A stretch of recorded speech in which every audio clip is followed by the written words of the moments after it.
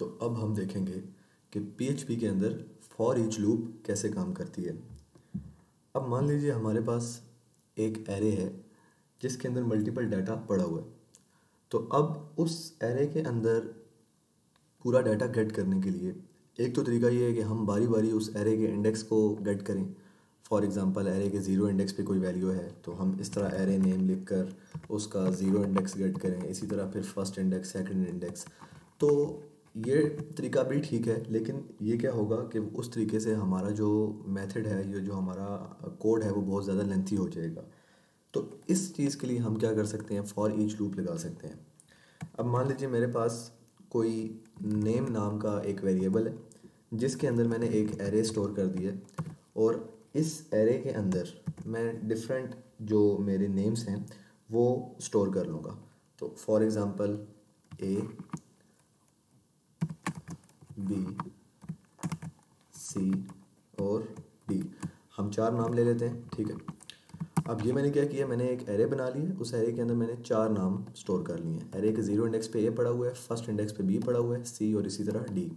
Array का index हमेशा कहाँ से स्टार्ट होता है, 0 से स्टार्ट होता है। तो इसका मतलब क्या हुआ, टोटल इंडेक्स यहाँ पे 3 है हमारे पास, ठीक हो गया।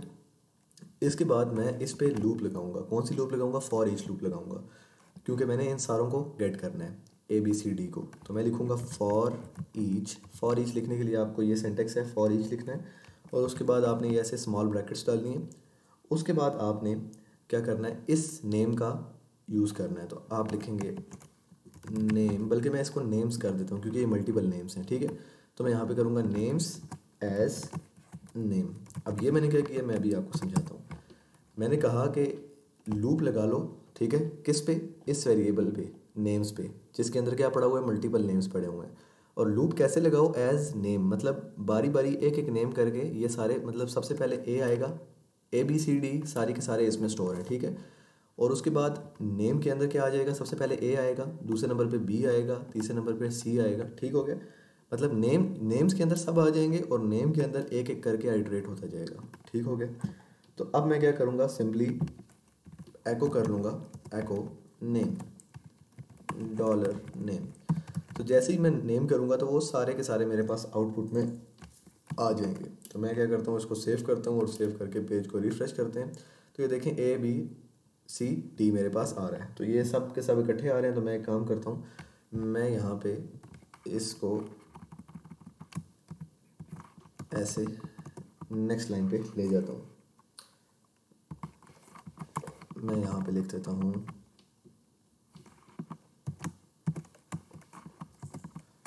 BR। इससे क्या होगा कि वो लाइन ब्रेक हो जाएगी, बारी बारी ABCD सब के सब नेक्स्ट लाइन पे आएंगे। तो ये देखें, इस तरह मेरे पास ABCD आउटपुट में आ चुका है। तो इस तरह हम फॉर ईच लूप लगा के किसी भी जो है हमारे पास वेरिएबल्स हैं या कोई भी एरे है उसको एक्सेस कर सकते हैं। अब मान लीजिए कि मेरे पास कुछ एरे है डिफरेंट तरह के, जिसके अंदर हमारे पास की वैल्यूज़ होती हैं। फॉर एग्जांपल मैं आपको एक एरे बना के दिखाता हूँ, इसी को हम चेंज करते हैं।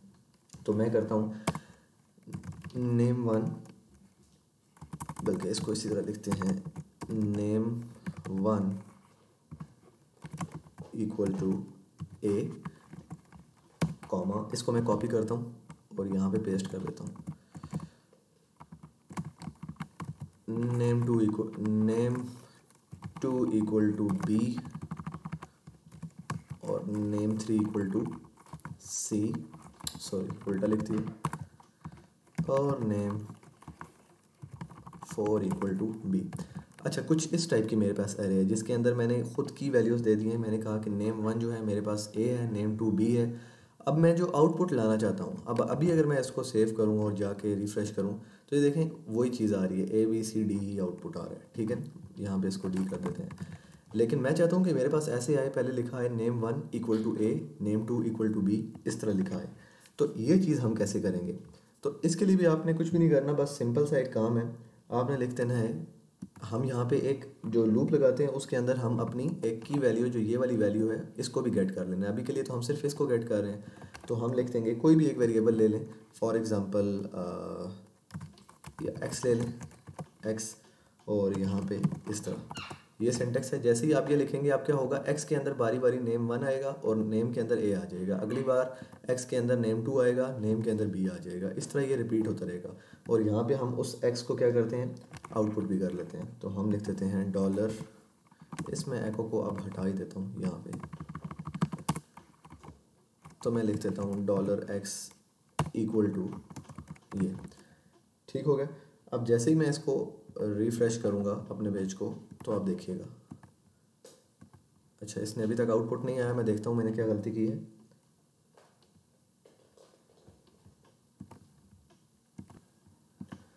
अच्छा मैंने यहाँ पे इसको इक्वल कर दिया है। अब क्या होगा, एक्स की अंदर जो भी वैल्यू होगी वो बाय डिफ़ॉल्ट नेम के इक्वल हो जाएगी। वो इस वजह से ABC प्रिंट कर रहा है। मुझे यहाँ पे क्या करना है, कॉमा डालना है, क्योंकि मैंने इन दोनों को प्रिंट करना है, इन दोनों की वैल्यू को एक दूसरे के इक्वल नहीं रखना।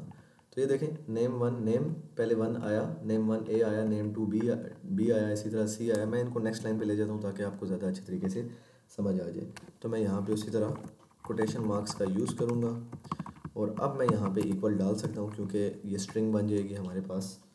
और यहाँ पे ये, और यहाँ पे हम ब्रेक लाइन यूज़ कर लेते हैं। तो अब क्या होगा, सबसे पहले मेरे पास डॉलर एक्स के अंदर नेम 1 प्रिंट होगा, फिर equal as it is print हो जाएगा, उसके बाद उसकी वैल्यू प्रिंट होगी ए, फिर लूप चलेगी, इसी तरह फिर नेम 2 प्रिंट होगा और बारी बारी ये होते रहेंगे।